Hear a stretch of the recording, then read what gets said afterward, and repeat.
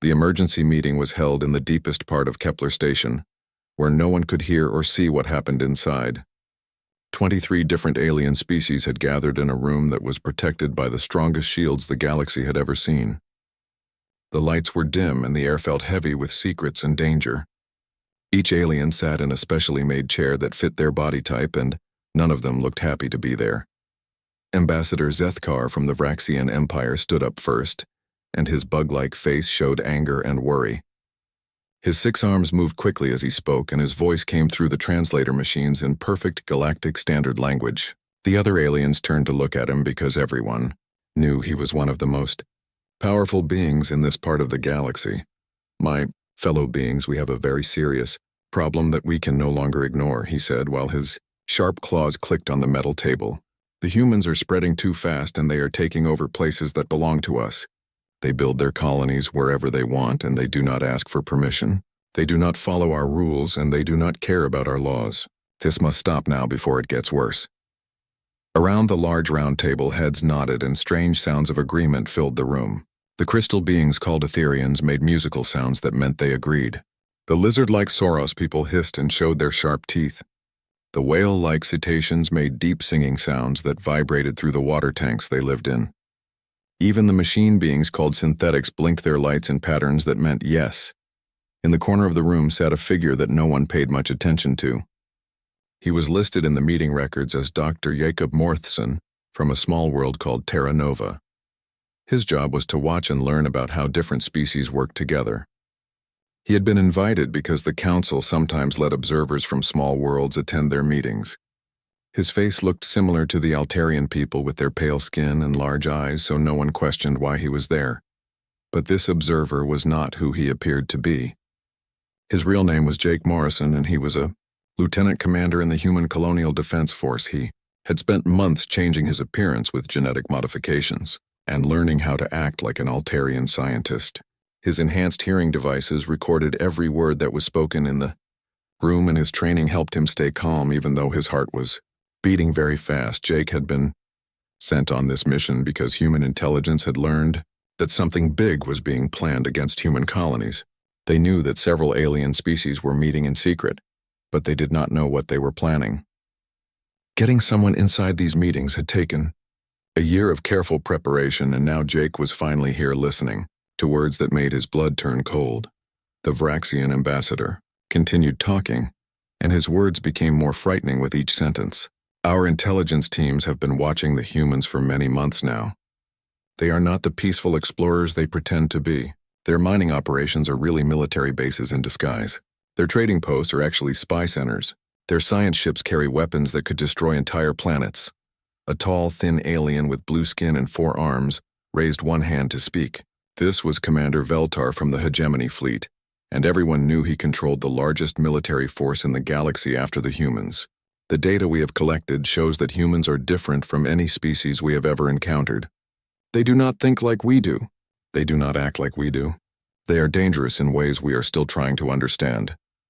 Jake listened carefully as the aliens shared their intelligence reports about human activities. Some of the information was correct, but much of it was wrong or twisted to make humans look like monsters. They talked about human emotions as if they were a disease that made humans unpredictable and violent. They spoke about human creativity as if it was a weapon that could destroy the natural order of the galaxy. The crystal being called Lear Anna spoke next, and her voice sounded like wind chimes in a gentle breeze.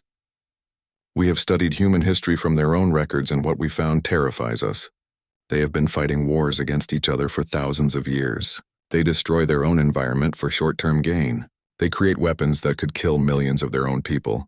These are not the actions of a species that can be trusted with galactic citizenship." More aliens stood up to share their fears and concerns about humanity. Each one added another piece to a picture that painted humans as a plague that would destroy everything good in the galaxy. Jake had to use all his training to keep his face calm and his body still while he listened to his entire species being condemned to death. The insect-like representative from the Hive Collective made clicking sounds that translated to words full of cold logic. "Mathematical analysis shows that human population growth will exceed sustainable levels within 50 standard years. Their expansion rate suggests they will claim 30% of habitable worlds in this sector within 100 years. This level of resource consumption cannot be allowed to continue. Jake noticed that none of the aliens seemed to understand what they were really talking about. They spoke about humans like they were numbers on a chart or problems to be solved. They did not seem to realize that each human colony they wanted to destroy contained millions of individual people with families and dreams and hopes for the future. His sister Emma lived on New California with her husband and their 2 small children. His parents had retired to the farming colony on Green Valley. Thousands of his friends and fellow soldiers were scattered across dozens of human worlds. As the meeting continued, Jake began to understand that this was not just a discussion about human expansion or politics. This was a planning session for genocide. These aliens were not trying to find a way to live peacefully with humans. They were trying to find the best way to kill every human in the galaxy while making it look like an accident. The weight of what he was hearing pressed down on Jake like a heavy blanket. He was one human sitting in a room full of aliens who wanted his entire species dead, and they had no idea he was there. The irony was not lost on him, but he could not afford to think about it too much. He had a job to do, and the survival of humanity might depend on how well he did it. Ambassador Zethkar was speaking again, and his words made Jake's stomach feel sick. The question before us today is not whether we should act against the humans, but how quickly we can do it and how completely we can succeed. The whale-like creature called Ambassador Lyra rose from her water tank, and her massive form cast shadows across the meeting room. When she spoke, her words came out as beautiful songs that the translator machines turned into the most terrifying sentences Jake had ever heard. Her voice was calm and peaceful, but her message was pure death. People have spent considerable time analyzing the human reproduction, rates and expansion patterns, she sang in tones that would have been lovely if not for their meaning. What we discovered confirms our worst fears about this species. Humans reproduce much faster than any other intelligent species in the galaxy. A single human female can produce multiple offspring during her lifetime, and humans reach breeding age very quickly compared to most of us. Jake felt his hands clench into fists under the table, but he forced them to relax. He could not show any emotion that might give away his true identity. Around the room, other aliens made sounds of concern and worry as they listened to Lyra's report about human population growth. More dangerous than their breeding rate is their adaptation ability, Lyra continued while swimming in slow circles in her tank. Humans can live on worlds that would kill most of us. They survive in extreme heat and cold. They breathe different types of air. They eat foods that are poison to other species. They even change their own bodies with technology to live in places where no natural life should exist. The crystalline Etherian delegate pulsed with angry red light as it added its own observations. Their emotional responses make them completely unpredictable in ways that threaten galactic stability. They wage wars over ideas and beliefs rather than just resources. They fight for concepts like freedom and honor that cannot be measured or divided. They will die for strangers they have never met if they believe it is the right thing to do. Such thinking patterns are impossible to control or predict. Jake listened as each alien species shared their intelligence about human behavior and capabilities. What struck him most was how they saw human strengths as weaknesses and human virtues as threats. They were afraid of human loyalty because it made humans hard to divide. They feared human creativity because it led to unexpected solutions. They dreaded human determination because it meant humans never gave up even when they should. General Crix from the Hegemony Fleet stood up and activated a holographic display that filled the center of the room. The display showed a 3-dimensional map of human space with every colony world marked in bright red dots. Jake counted 27 worlds, including his home colony of New California where his family lived. Each red dot represented millions of human lives that these aliens wanted to end. The plan we have developed is elegant in its simplicity, General Crix announced while pointing at the holographic map. We will strike all human colonies simultaneously using coordinated fleet actions.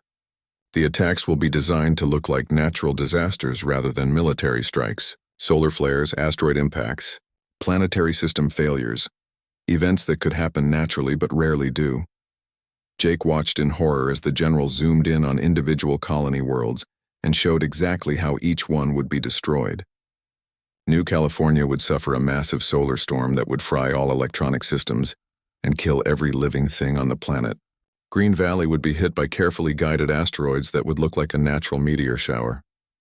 The mining colonies would experience sudden equipment failures that would cause reactor explosions. The beauty of this approach is that Earth will never know what really happened. General Crix continued with obvious satisfaction. They will mourn their lost colonies and assume that space exploration is more dangerous than they thought. They will pull back from expansion and focus on protecting their home world. Within a generation, the human expansion threat will be completely eliminated. The insectoid hive mind representative clicked its approval while its compound eyes reflected the red lights of the doomed human worlds. Temporal analysis indicates optimal strike window occurs in 72 standard hours, when human defense fleets will be at minimum readiness due to scheduled maintenance cycles. Our infiltration of their communication networks has provided complete intelligence on their defensive capabilities and patrol schedules. Jake felt sick as he realized how thoroughly the aliens had penetrated human security. They knew about maintenance schedules, patrol routes, and defensive weaknesses that should have been closely guarded secrets. Someone or something had been feeding information to the aliens for months or maybe years. The attack would not just be a surprise. It would be perfectly timed to catch humanity at its most vulnerable moment. Ambassador Fira from the Telepathic Consortium spoke for the first time, and her words carried a mental weight that pressed against Jake's mind. Psychological warfare analysis suggests that humans will respond to colony losses with fear rather than anger if the attacks appear natural. Their emotional attachment to family groups means they will prioritize protecting remaining populations over seeking revenge for losses they cannot understand. This response pattern gives us time to consolidate our position before they can mount any meaningful resistance. The mechanical being called Unit Prime added its computational analysis to the discussion. Economic modeling shows that loss of colonial resources will cripple human industrial capacity by 67%. Without mining colonies in agricultural worlds, Earth cannot support current population levels. Internal social collapse will occur within 10 standard years, eliminating any future expansion capability. Jake listened as the aliens discussed his species like they were solving a math problem rather than planning mass murder. They had charts showing how many humans would die in the initial strikes, how many would die from secondary effects, and how many would survive to live under alien supervision. The numbers were presented without emotion or moral consideration. To these beings, genocide was simply the most efficient solution to what they saw as the human problem. The Saros delegate hissed its satisfaction while showing sharp teeth. Intelligence reports confirm that humans lack unity of command structure. Their colonies operate independently with minimal central control. Destroying the outer settlements will not trigger coordinated response from Earth or remaining colonies. They will each defend themselves separately, making them easy to eliminate one by one if any survive the initial strikes. As Jake listened to more details of the alien plan, he began to notice something important that the aliens had missed in all their careful analysis of human behavior. They understood human emotions like fear and anger, but they completely failed to grasp human loyalty and determination. They saw human independence as weakness rather than strength. They thought destroying human colonies would make survivors afraid and compliant when the opposite was more likely to happen. These aliens had studied human military capabilities and population statistics, but they had never really understood what made humans human. They were about to attack a species that became more dangerous when cornered, more united when threatened, and more determined when they had something to protect. The aliens thought they were solving a problem, but Jake suspected they were actually creating a much bigger one. The meeting continued for another hour as each alien species contributed their part to the plan that would wipe out humanity. Jake listened to every word while memorizing the details he would need to save his people. The aliens talked about fleet positions, communication jamming frequencies, and backup plans in case some humans survived the initial attack. They had thought of everything except the possibility that a human might be listening to their every word. As the aliens discussed the technical details of genocide, Jake began to understand just how much these beings misunderstood about human nature. They spoke about human emotions as if they were simple chemical reactions that could be predicted and controlled. They analyzed human behavior like it was a computer program that always produced the same output for the same input. They had no concept of human adaptability, creativity, or the tendency to do unexpected things when faced with impossible situations. The Fraxian ambassador was explaining how human Communication networks would be disrupted when he said something that made Jake's blood freeze in his veins. Our agents have already infiltrated key human computer systems and communication relays.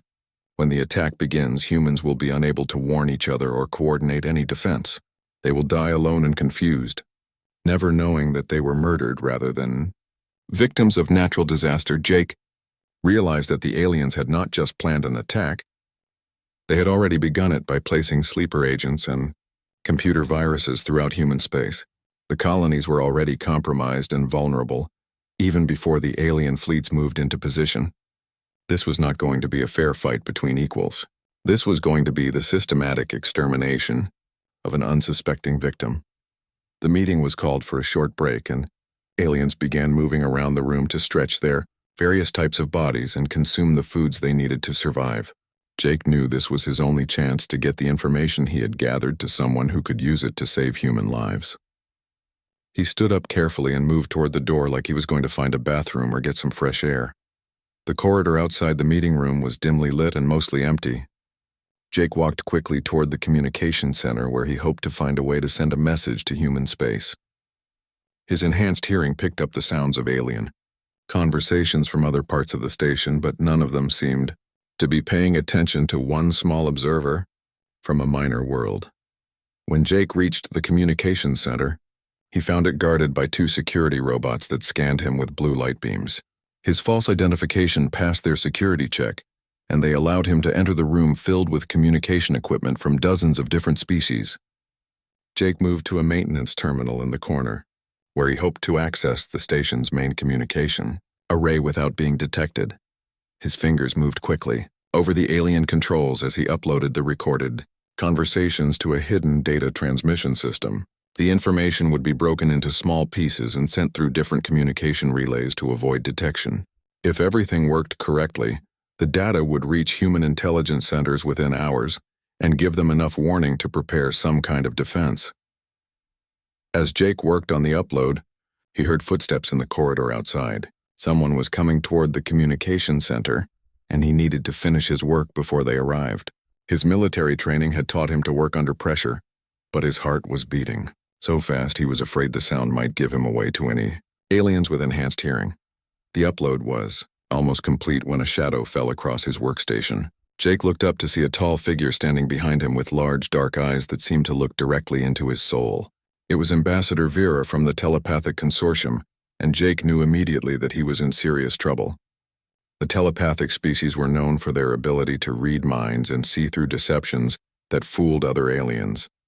"That is a very interesting device you are using there, Dr. Morthson," Vera said in a voice that was calm and pleasant but somehow filled with hidden danger.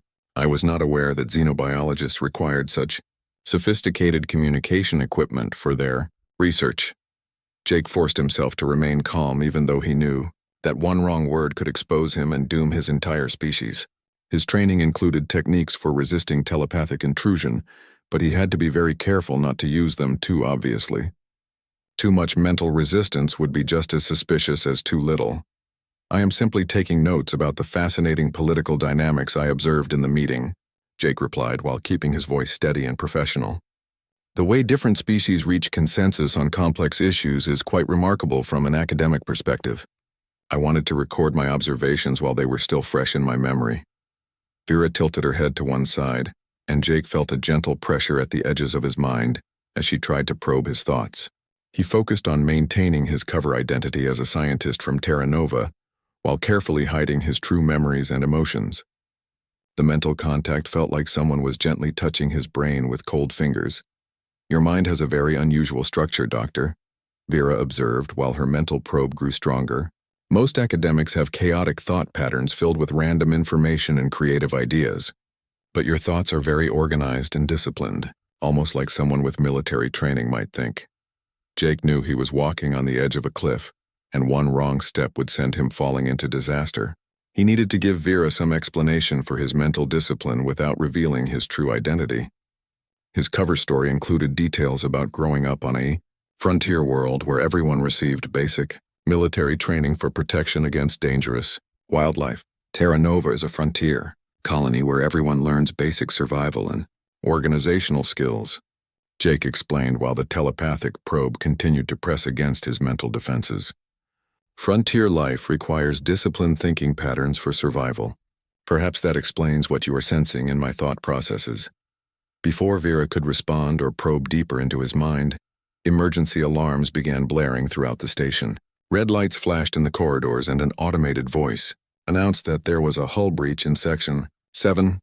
All personnel were ordered to report to emergency stations immediately to help contain the damage and prevent further breaches. In the chaos that followed, Jake slipped away from Vera and joined the crowd of aliens rushing toward the emergency stations. The hull breach was exactly the diversion he had hoped for, because he had created it himself using a small explosive device that he had planted earlier while exploring the station. The explosion was carefully calculated to cause damage that looked accidental, while creating enough confusion to cover his real activities. While aliens throughout the station rushed to deal with the emergency, Jake made his way toward the central computer core, where he could access the main communication systems. He had successfully uploaded his intelligence data, but now he needed to send a more detailed warning that would give human forces specific information about alien fleet positions and attack timing. The computer core was located in the most secure part of the station, but the emergency had drawn most of the security guards away from their normal posts. Jake used his knowledge of alien security systems to bypass the remaining automated defenses and gain access to the main computer network. His enhanced cybernetic implants allowed him to interface directly with the alien computers and work much faster than would be possible using manual controls. Jake worked frantically at the main computer terminal as emergency lights flashed around him and the sounds of repair crews echoed through the corridors. His cybernetic implants connected directly to the alien computer systems and allowed him to navigate their complex data networks much faster than any normal person could manage. The information he was transmitting could save millions of human lives, but only if he could get it sent before the aliens discovered what he was doing. The station's communication array was incredibly powerful and could send messages across thousands of light years in a matter of hours. Jake programmed the system to transmit his data through multiple relay stations to ensure that the information would reach human space, even if some of the signals were intercepted or blocked. The message contained detailed fleet positions, attack timing, and technical specifications that human defense forces could use to prepare for the coming assault. As he uploaded the final pieces of intelligence data, Jake heard footsteps approaching the computer core. The emergency repair work was nearly finished and security teams would soon return to their normal patrol routes. He needed to complete one more task before his presence was discovered, and his mission was compromised beyond any hope of success. Moving to a different terminal, Jake began accessing the station's power grid and defensive systems. If he could not escape from Kepler Station alive, he could at least ensure that the Alien Coordination Center would be crippled when they needed it most. The station served as the command center for the entire operation, and destroying it would force the aliens to rely on much slower communication methods. Between their scattered fleets, Jake planted several small explosive charges from his emergency kit at critical points in the power distribution network. The charges were designed to overload the station's main reactor in a cascade failure that would look like an accident caused by the earlier hull breach. The explosion would not only destroy the coordination center but also eliminate all evidence of his infiltration mission. His hands moved quickly over the alien controls as he programmed the charges to detonate in exactly 30 minutes. That would give him enough time to return to the meeting and maintain his cover until the very last moment. If everything went according to plan, the aliens would never know that their security had been compromised until it was far too late to change their attack plans. As Jake finished setting the final charge, he heard voices coming closer to the computer core. He quickly disconnected his cybernetic implants from the alien systems and moved toward the exit just as a security patrol rounded the corner. The aliens barely glanced at him as he walked past them, with the casual attitude of someone who belonged in that area of the station. The emergency meeting was reconvening when Jake returned to the conference room and took his seat in the corner. Ambassador Zethkar was clearly agitated about the hull breach and the disruption it had caused to their carefully planned schedule. His mandibles clicked rapidly as he spoke, and his 6 arms gestured in patterns that showed extreme frustration. The emergency has been contained, but our security Teams have detected unauthorized access to several computer systems during the confusion, Zethkar announced to the assembled delegates. We are investigating these intrusions to determine if they represent a threat to our operational security. Jake forced himself to remain calm and show only the mild interest that a xenobiologist observer might display when hearing about technical security issues. Around the room, other aliens made concerned sounds and asked questions about whether their communications had been compromised. None of them seemed to suspect that the threat was sitting right there, in the room with them. The investigation was proceeding quickly, and Jake knew it would not be long before the security teams discovered evidence of his activities. His cybernetic implants had left traces in the alien computer systems that could be detected by sufficiently advanced analysis programs. The explosives he had planted would also be discovered if the aliens conducted a thorough search of the power grid systems. Ambassador Vera from the Telepathic Consortium was staring directly at Jake from across the room, and her large dark eyes seemed to be studying every detail of his appearance and behavior. The mental pressure he had felt earlier was returning and growing stronger as she focused her telepathic abilities on penetrating his disguise. Her suspicions had clearly been raised by their earlier encounter in the communications center. I believe our security problem may be more serious than we initially thought, Vera announced while continuing to stare at Jake. During the emergency, I encountered an individual whose mental patterns did not match his supposed identity. I recommend that we conduct a thorough verification of everyone present in this room. Jake felt his stomach drop as he realized that his time was running out much faster than he had expected. The telepathic probe was growing stronger and more focused with each passing second. His mental defenses were holding for now, but they would not last much longer against a determined assault from one of the galaxy's most powerful telepaths. The other aliens in the room were looking around nervously as they tried to determine who among them might be an infiltrator. Several species began activating their own detection devices and scanning equipment to search for hidden weapons, recording devices, or other signs of deception. The room filled with the electronic sounds of various alien technologies as they searched for threats. General Crix activated a security scanner that bathed the entire room in blue light while analyzing the genetic patterns of everyone present. The scanner would detect any genetic modifications or disguises that did not match the official records for each attendee. Jake knew that his altered appearance would not survive detailed genetic analysis by military-grade equipment. The scanning process will take several minutes to complete, General Crix announced while the blue light continued to sweep back and forth across the room.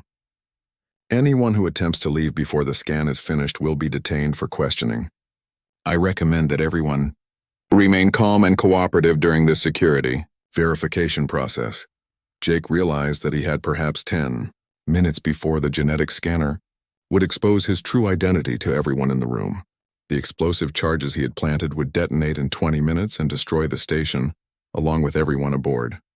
He needed to find a way to survive the next few minutes without being discovered, while also ensuring that his mission succeeded even if he did not live to see the results. The mental pressure from Vera's telepathic probe was becoming almost unbearable. As she focused all her abilities on breaking through his mental defenses, Jake could feel her trying to access his memories and emotions while searching for evidence that he was not who he claimed to be. His military training included techniques for resisting telepathic interrogation, but those methods had limits, and he was approaching them very quickly. There is definitely someone in this room who does not belong here, Vera announced with growing confidence in her voice. I can sense deception and hidden knowledge that does not match any of the official attendee profiles. The infiltrator is someone with extensive military training and access to advanced cybernetic enhancement technology. As the genetic scanner continued its analysis, and the telepathic probe pressed deeper into his mind, Jake made a decision that would change everything for both himself and the aliens who wanted to destroy his species. It was time to stop hiding and reveal exactly what kind of enemy they had chosen to make. Jake stood up slowly from his chair in the corner of the room and let his disguise fall away completely. The genetic modifications could only hide his true nature when he actively tried to conceal it, and now he stopped making that effort. His posture straightened to reveal the confident bearing of a trained soldier, and his eyes blazed with the fury of someone who had listened to his entire species being condemned to death. The change in his appearance was dramatic and immediate. His Altarian features melted away to show his true human face with its distinctive bone structure and skin tone. His careful academic manner disappeared and was replaced by the alert readiness of a military officer who was prepared for combat. Even his voice changed as he spoke in the unmistakable accent of Earth's North American continent. "You are absolutely right, Ambassador Vera," Jake said while looking directly at the telepathic alien who had been trying to break through his mental defenses. "There is definitely someone in this room who does not belong here. My name is Lieutenant Commander Jake Morrison of the Human Colonial Defense Force, and you are all making the biggest mistake of your lives." The conference room erupted in chaos as 23 different alien species reacted to the revelation that a human had been sitting among them during their most secret planning session. Several delegates reached for weapons while others activated personal shields or called for security reinforcements. The insectoid hive mind representative made high-pitched, clicking sounds that meant extreme alarm while the crystalline Etherians pulsed with angry red light. Ambassador Zethkar's mandibles clicked rapidly as he processed what had just happened. "Impossible. Our security protocols were designed to prevent exactly this type of infiltration. How did you get past our genetic scanners and identity verification systems?" Jake smiled grimly as he reached into his jacket and pulled out a small device that made several aliens take a step backward in fear. "The same way humans always solve problems that seem impossible. We adapt, we improvise, and we never give up even when the odds are against us. This is a dead man's switch connected to several explosive charges I planted throughout your station. If I release this trigger, your precious coordination center becomes a cloud of expanding plasma." General Crix was already shouting orders into his communication device while trying to coordinate security teams to deal with the human threat. "All units converge on Conference Room Alpha immediately. We have a confirmed hostile infiltrator who may be armed with explosive devices. You can call all the security teams you want," Jake continued while keeping his finger firmly pressed on the trigger device. "But more importantly, everything you have planned for the last 6 months has already been transmitted to every human world in the galaxy. Your fleet positions, your attack timing, your communication frequencies, even your backup plans. Human intelligence now knows all of it." The whale-like Ambassador Lyra made distressed singing sounds from her water tank as she realized the implications of what Jake was saying. "If the humans know about our plans, they will have time to prepare defenses and coordinate resistance. The element of surprise was crucial to our success." "Surprise was not the only thing you were counting on," Jake replied while his enhanced hearing picked up the subtle vibrations of approaching ships outside the station. "You also assumed that humans would react with fear and confusion when their colonies were destroyed. You thought we would pull back and hide instead of fighting back. You could not have been more wrong about how humans respond to threats against our families." Even as he spoke, the first human warships began dropping out of hyperspace around Kepler Station. The sleek destroyers and massive dreadnoughts of the Colonial Defense Fleet took up positions that surrounded the alien facility completely. Through the conference room windows, the assembled aliens could see the distinctive blue engine glows of human military vessels as they moved into attack formation. "Ambassador." Vera was pressing her hands against her temples as she tried to deal with the psychic shock of discovering how thoroughly their plans had been compromised. The telepathic resonance from the approaching human fleet indicates extreme emotional intensity, focused on protective aggression. "These are not the fear patterns we predicted. They are coming here to fight, not to negotiate." The communication system crackled to life and filled the room with the voice of a human military officer speaking in clear, authoritative tones. "Kepler Station, this is Admiral Lisa Hayes commanding the Colonial Defense Fleet. You are surrounded by superior firepower and have no possibility of escape. Stand down all weapons immediately and prepare to be boarded. Any hostile action against our forces or our representative will result in the complete destruction of your facility." Jake allowed himself a small smile as he watched the alien delegates realize that their carefully planned genocide had turned into a trap that caught them instead of their intended victims. "You see, you made one critical error in all your analysis of human behavior. You focused so much on our individual emotions that you completely missed our collective response patterns." The Soros delegate was hissing frantically while its scales changed color to show extreme agitation. "How did your fleet arrive so quickly?" "Our intelligence indicated that your nearest military units were weeks away from this location." That intelligence was planted by human agents who have been watching your activities for months, Jake explained while keeping careful track of the countdown timer on his explosive charges. We knew something was being planned against human colonies, but we needed to discover the full scope of the conspiracy before we could act. My infiltration mission was designed to gather that intelligence and provide the evidence. Our government needed to authorize military action. General Crix was studying tactical displays that showed the human fleet deployment around the station. 37 capital ships including 12 dreadnought-class vessels. This represents a significant portion of human military strength concentrated in one location. They are taking this threat very seriously indeed. More seriously than you can possibly imagine, Jake confirmed while his finger remained steady on the trigger device.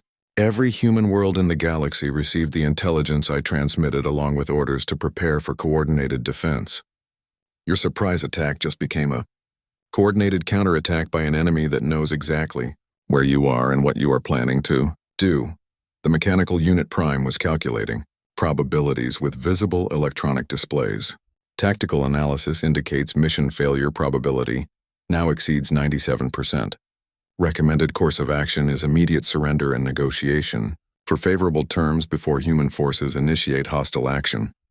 Ambassador, Sethkar looked around the room at his fellow conspirators and saw the same realization dawning on all their faces. The plan that had seemed so perfect just hours ago had become a complete disaster that threatened not just their individual species, but the entire balance of power in the galaxy. They had thought they were eliminating a minor threat, but instead they had awakened something much more dangerous. "What do you want from us, human?" Sethkar asked while his mandibles clicked nervously. "What terms are you prepared to offer in exchange for our cooperation?" Jake looked around the room at the 23 alien species that had wanted to wipe out humanity and felt a grim satisfaction at seeing fear in their eyes instead of arrogance. "The terms are very simple. You are going to call off your fleets, dismantle your conspiracy, and learn to coexist with humanity as equals rather than predators, because if you do not, you will discover exactly why threatening human children is the most dangerous mistake any species can make in this galaxy.